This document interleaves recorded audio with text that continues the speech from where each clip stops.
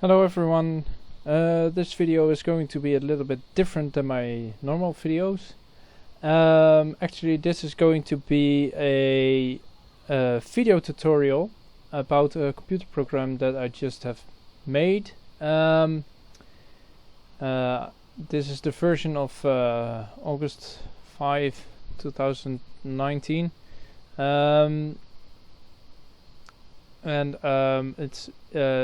I started developing this one in 2013, and now it's suitable to distribute it on the internet.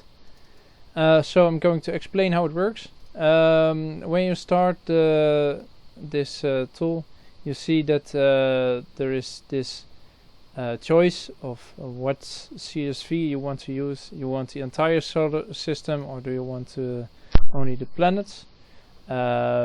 This one is basically referring to these two files that are here, which you can just edit in Excel or in the text editor. And basically it has all the parameters of the planets that are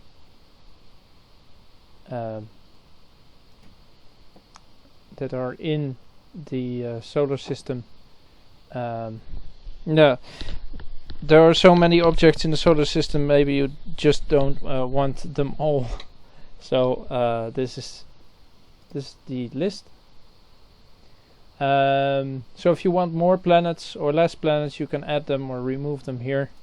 You can find a lot of these variables on the internet and just fill it in.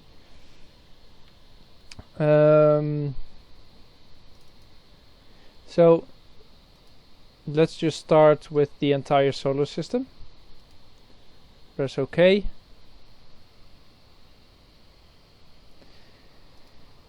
What you see here is the Earth. If you zoom out a little, you see the moon over there. And there's the sun. And if we zoom out a little more, we see these dots appear, which are all the other planets inside the solar system. So let's first explain what these buttons are over here. The first one is about this little arrow thing, the triad over there, which shows what direction you're looking at. You can toggle that on or off. The second button is about what background color you want. Usually we would want black. This one is to toggle off or on some light. This one is to turn on and off sunlight, so you can switch between sunlight and camera light or both. This one has to do with the position of the camera. Actually you can start making these planets move. If you press the play button, you see it spinning around. This one means that it's going to lock the camera to what you're looking at. If you're going to click it, you see the Earth fly away, and it's basically locking the position of the camera to the sun. So usually you don't want that, so just don't touch it. That's what it does. Then this one is a drop down. You can choose anything you like to watch. So here's the moon. Here's Mars. Want to look at Saturn with its rings, or anything you like. Then this one, this point size, has to do with when you zoom out, things are becoming so small that they're just going to be displayed as points.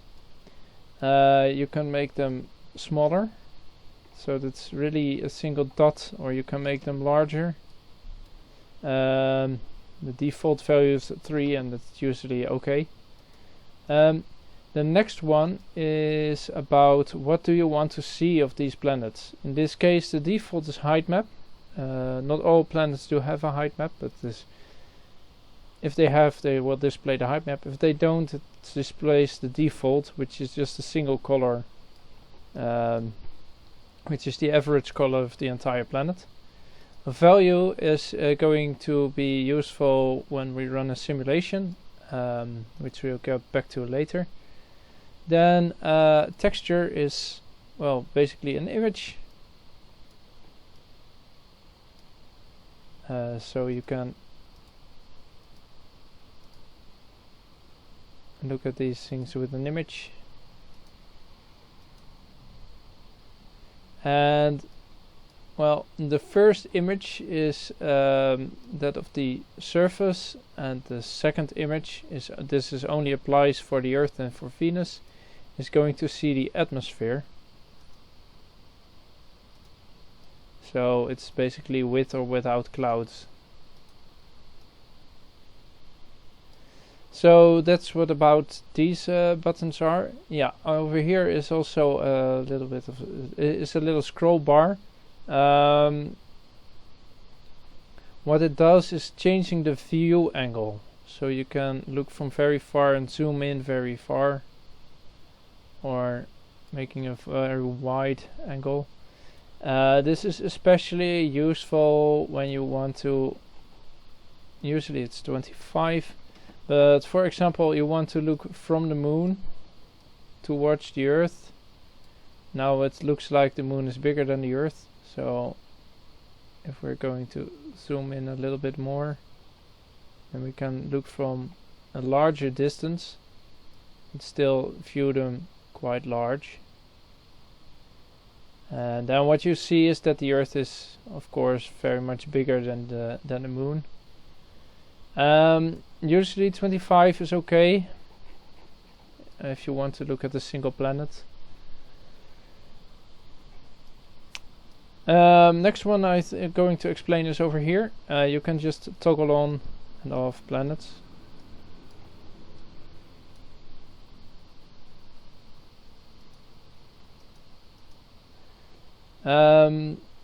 This also has to do with selecting something you want to change, but I will get back to that later again. And this one has to do with the height map. So what we can do is exaggerate the surface of the Earth, and you can really see how these continental planes are actually higher than the rest. You can especially see that very well when you set it to height map or default.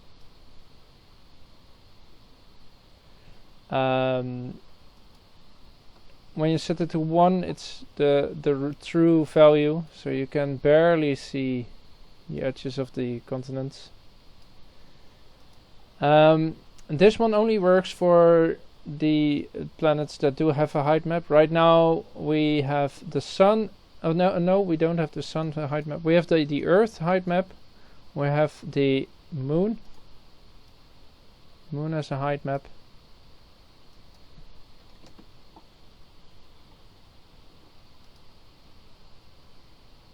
Yeah. Mercury has a height map. Mars. And also Ceres.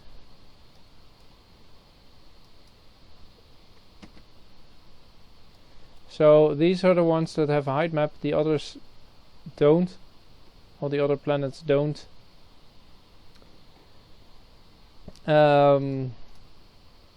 But you can just also combine the texture with the height map.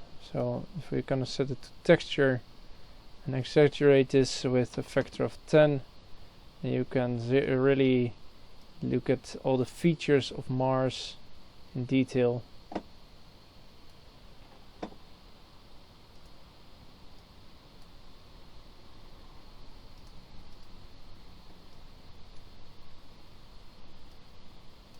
So that's pretty nice. if you have a custom height map, you can just load the height map. It must be a floating point TIFF file in a cylindrical projection. And if you don't know what that means, look it up. No, it's not a float, it's a short integer. A short integer TIFF file in a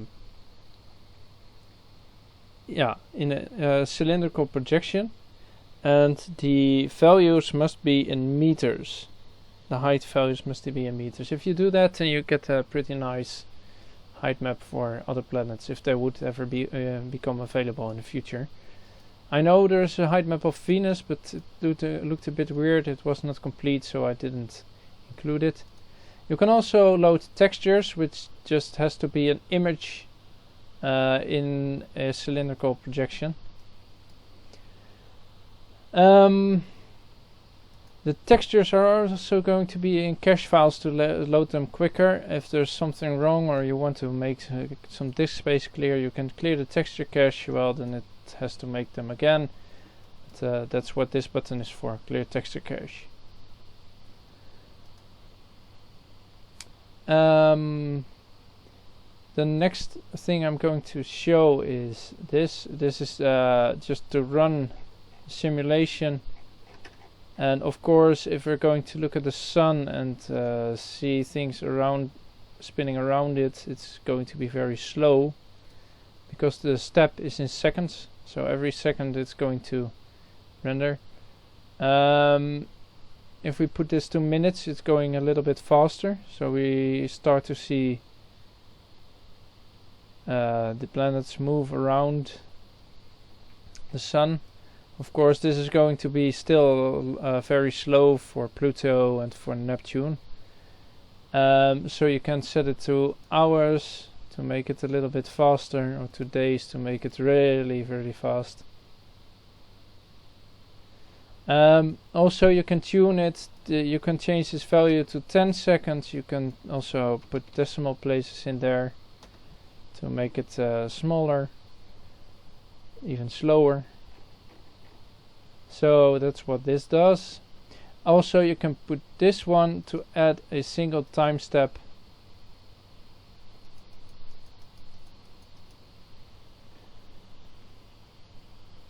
That's what this one does. Also, you can change the date. You set it directly. When the simulation is run, this one is locked. You can unlock it by clicking this button. If you want to see, for example, 1 January 2000,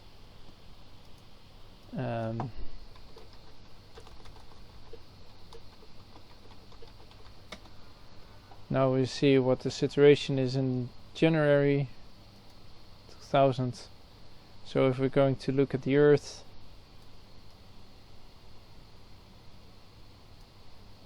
make it 12 o'clock.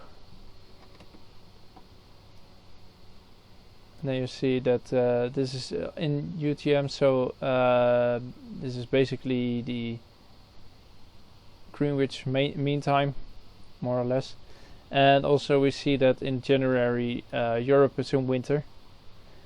That's what this does. The render ratio, well, usually 1000 is okay. This has to do with zoom levels. If you zoom out too much, the Earth is going to disappear into a point. At what threshold this happens, you can change that using this value, but usually 1000 is okay. The quality, you can change the quality level by setting this one down. You can just set it up. 9 is the maximum. But you can set it down a little bit so to make it a little bit faster.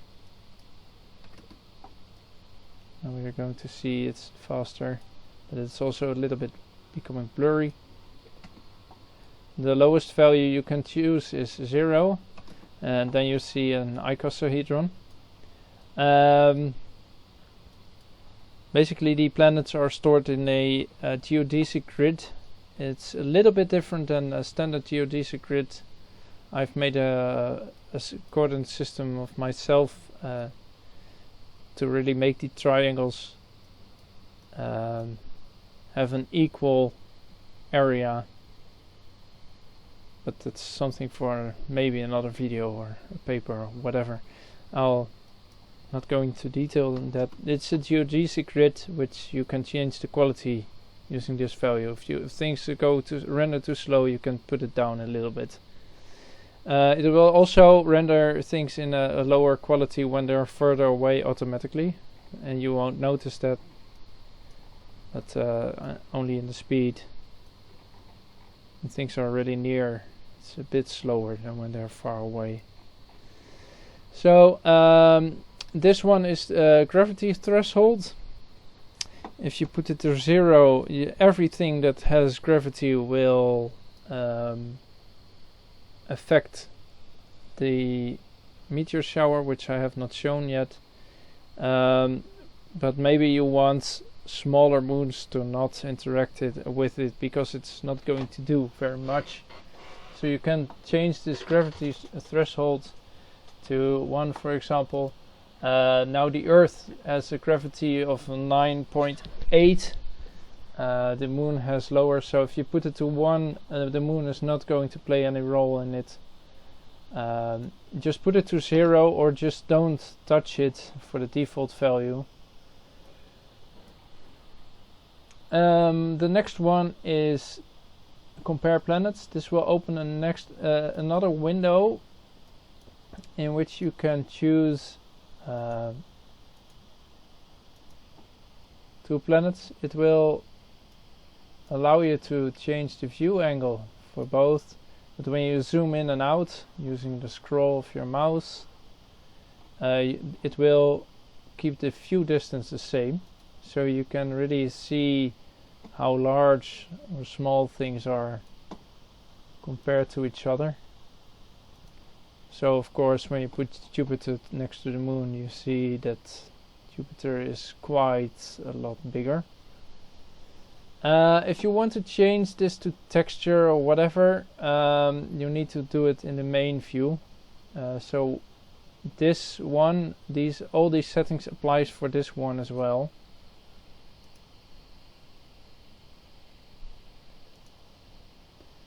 And when you do this, the interesting thing is that some of the moons are about the same size as Mercury. Some are even a little bit larger. So Ganymede is larger than Mercury, which is an interesting fact. So, but yeah, you can see that by comparing the planets using this button. I also did not mention this record button yet. What this does is you can have a time step set up here. You can add a timestamp, you can set the resolution, and you can choose a folder in which you want to render images. If you put record, if you click record, it's going to open another screen.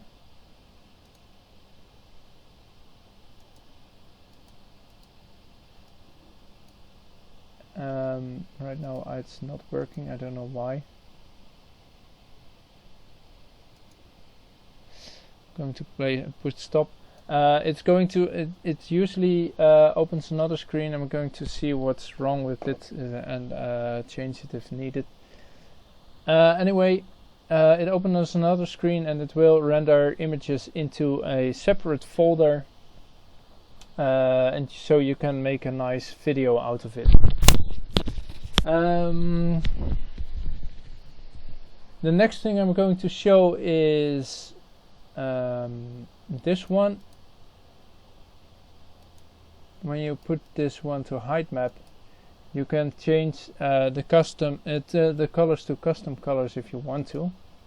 The basic color map we use for the Earth is this one, the Earth.cmap. Yeah, so these are the values we see right now. You can change the colors by double clicking them. and it's going to have a smooth transition from this to this color, and then a stepped transition from this to that color. So when we press OK, now you see that it's going to change the colors. You can also create your own color map.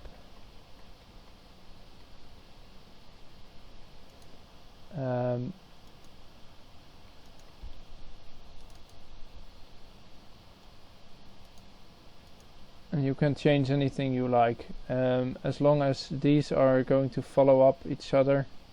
These values must increase, and if you do this, you can see things happening. This one is not a good height map. Let's open the default one first. Grayscale. If you put this one on, it's going to be black and white. Also, this only applies for the planets you selected here. Well, we don't have this much height on the Earth. The tallest mountain is the Mount Everest. We also don't have this low. So we're going to change it to 11,000. Now you see a little bit more detail. Now let's insert a row. Put this value down to 0. Change this to red. And this to blue. Light blue, cyan. Then this will happen. So you can already change your own color map.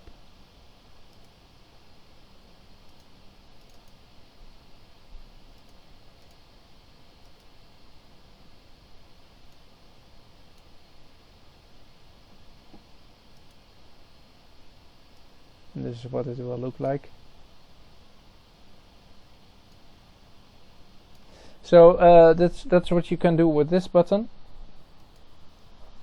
The next one is this. This shows a little bit of information where the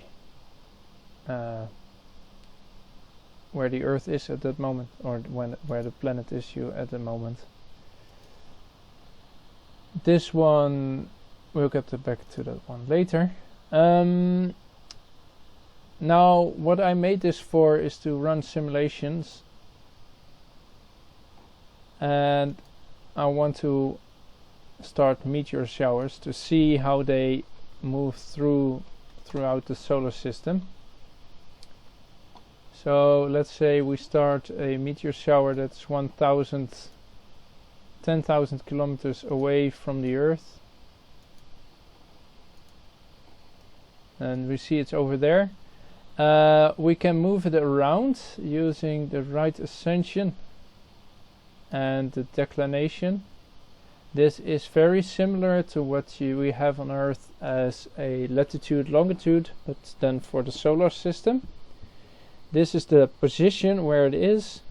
Then if we're going to look at these arrows over here, you can also choose the direction in which it is moving, the speed. This is the speed, and also the direction. Now it's moving towards the Earth. So the wide angle is where it's going to, what direction it's going to move. You can choose between a sheet meteor bombardment or a spherical meteor bombardment. This detail level for a spherical one is similar to what we have in the Earth quality settings. So if you put it down to 0, you will get 20 meteorites in a sphere. Set it to 1, you get 4 times more, so that there are 80. Put it to 2, then you will get 320 meteorites. Actually, you will get a little bit more. I'll explain that right now. Here's you can set the speed of of the meteor shower of the meteor shower object itself. So the entire sphere will now move with 2 kilometers per second relative to the Earth in that direction. But you can also set the speed in which this sphere will expand. If it expands with 1 kilometers per second, you will see it basically this sphere explode and go everywhere. And you can also set a speed step, so there will be multiples of these spheres, and the first one will have a speed of 1, the second one will have a speed of 2, the third of 3, and so on. And we're going to have 4 steps in this case. You can also set the initial radius of this sphere. I set it to 1 kilometer, which is a very small sphere initially. You can also set the color you want. We'll set it to green, which is very well visible. If we're going to click add, it will add a meteor shower right now.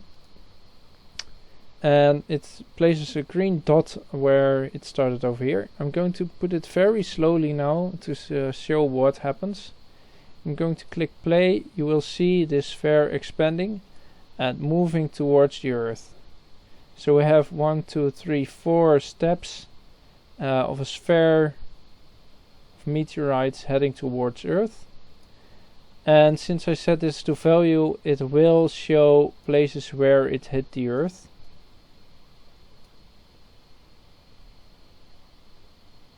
So you will see impacts happening over here. And this will show what pattern would happen. This is basically the scenario from the Armageddon movie. So when they would really have detonated an asteroid that's heading for Earth using a nuclear bomb, well, instead of saving the Earth, it basically makes it worse.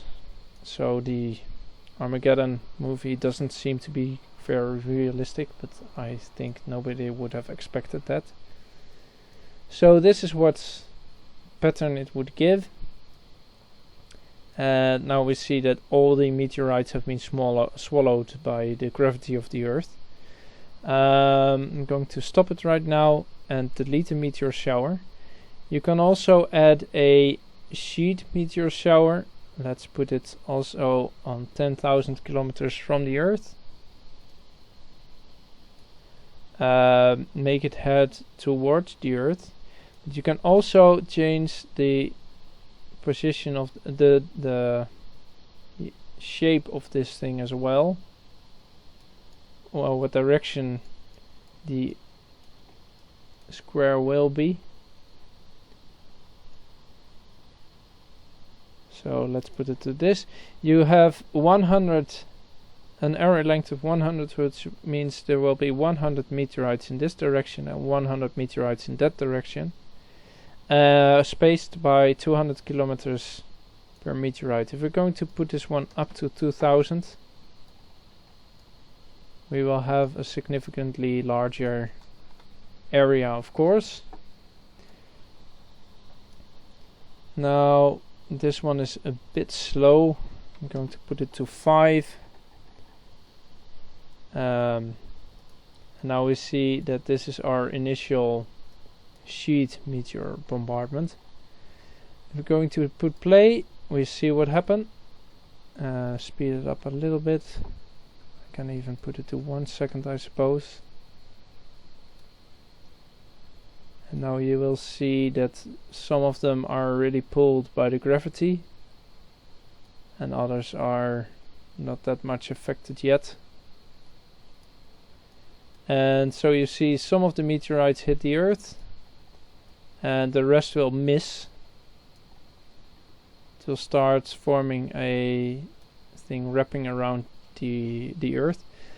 If you're going to put this one up very high, to very high values, what happens then is that of course it's going faster, but it's also going to be less accurate.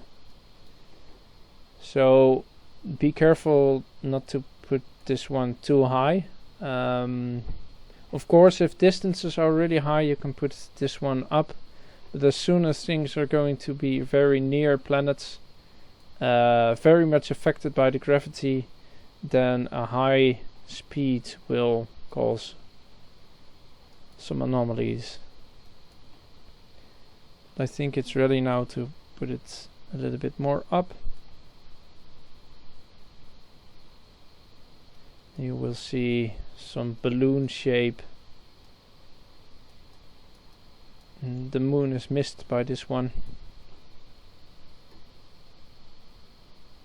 So this is what I made a simulator for. If you want, for example, to test Walt Brown's hypothesis that the Earth basically exploded and started throwing out material everywhere, what you want to do then is put this one to the relative to the Earth, set the distance to 0,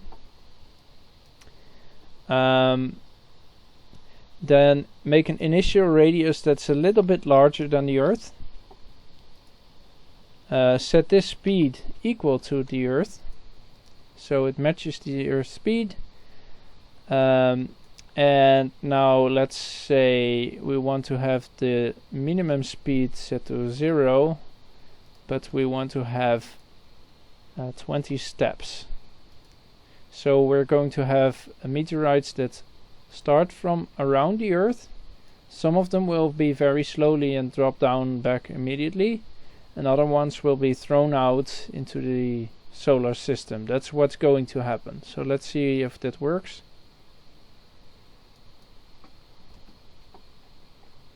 And we now see this thing expanding.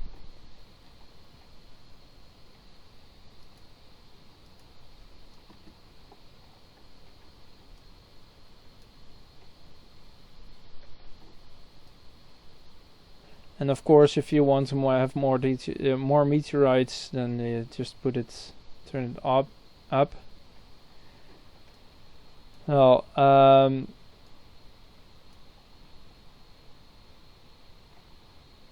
so this is what happens. Some of the meteorites will just orbit the Earth very near. Some of them will be moved away first and then drop down, as you can see. Just fall back. Others will go into the universe. Now, if we're going to look at the moon, which is relatively near the Earth, we'll see that it's entirely clear.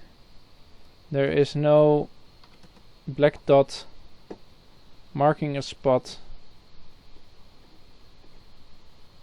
where it impacted. Going to set the exaggeration to 0 to make the height map not change. Oh, actually, there might be just. No, that was not a meteorite. But no, it's entirely white.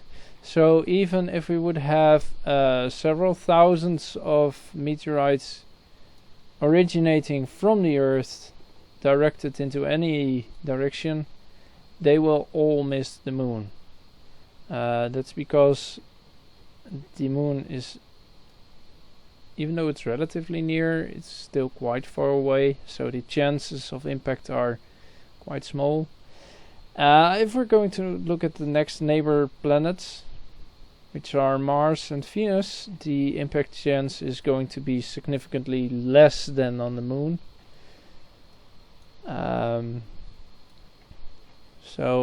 Well, these are conclusions you can draw from the simulator. Like the scenario of Walt Brown doesn't seem to work out very well.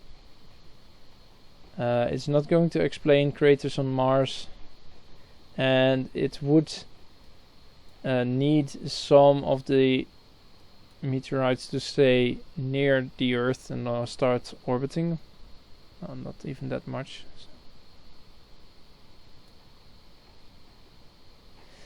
But anyway, it doesn't seem to work out properly for Walt Brown's hypothesis.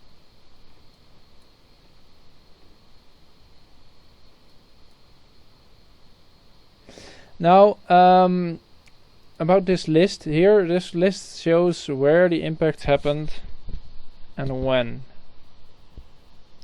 So beside the dots you can also see this list.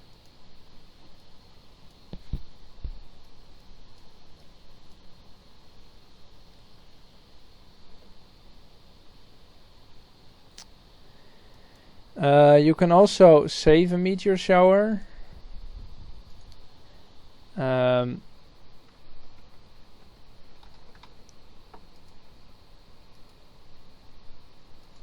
So like this, you must click on it and then save it. Okay, so this is what we see. A meteor shower that's going to have most of them stay near the Earth and start orbiting the Sun. We are now 1 year away from when it started.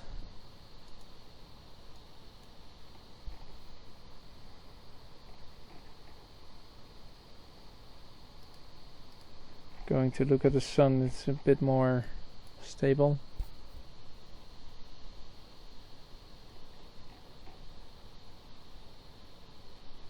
And what you see is that most of the meteorites will eventually pass this point where it started.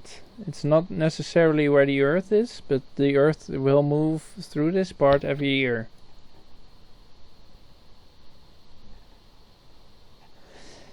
So this is how you can play around. If you're going to load the file we just saved,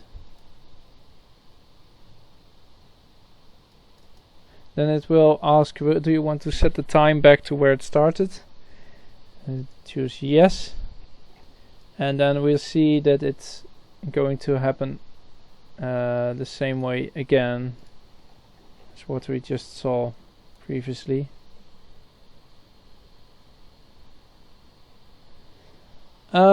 I guess that's about it for the meteorite, the solar system simulator. I hope you enjoy it. And you can just play around with it, look at the planets, enjoy them, and start some catastrophes. Well, have fun with it.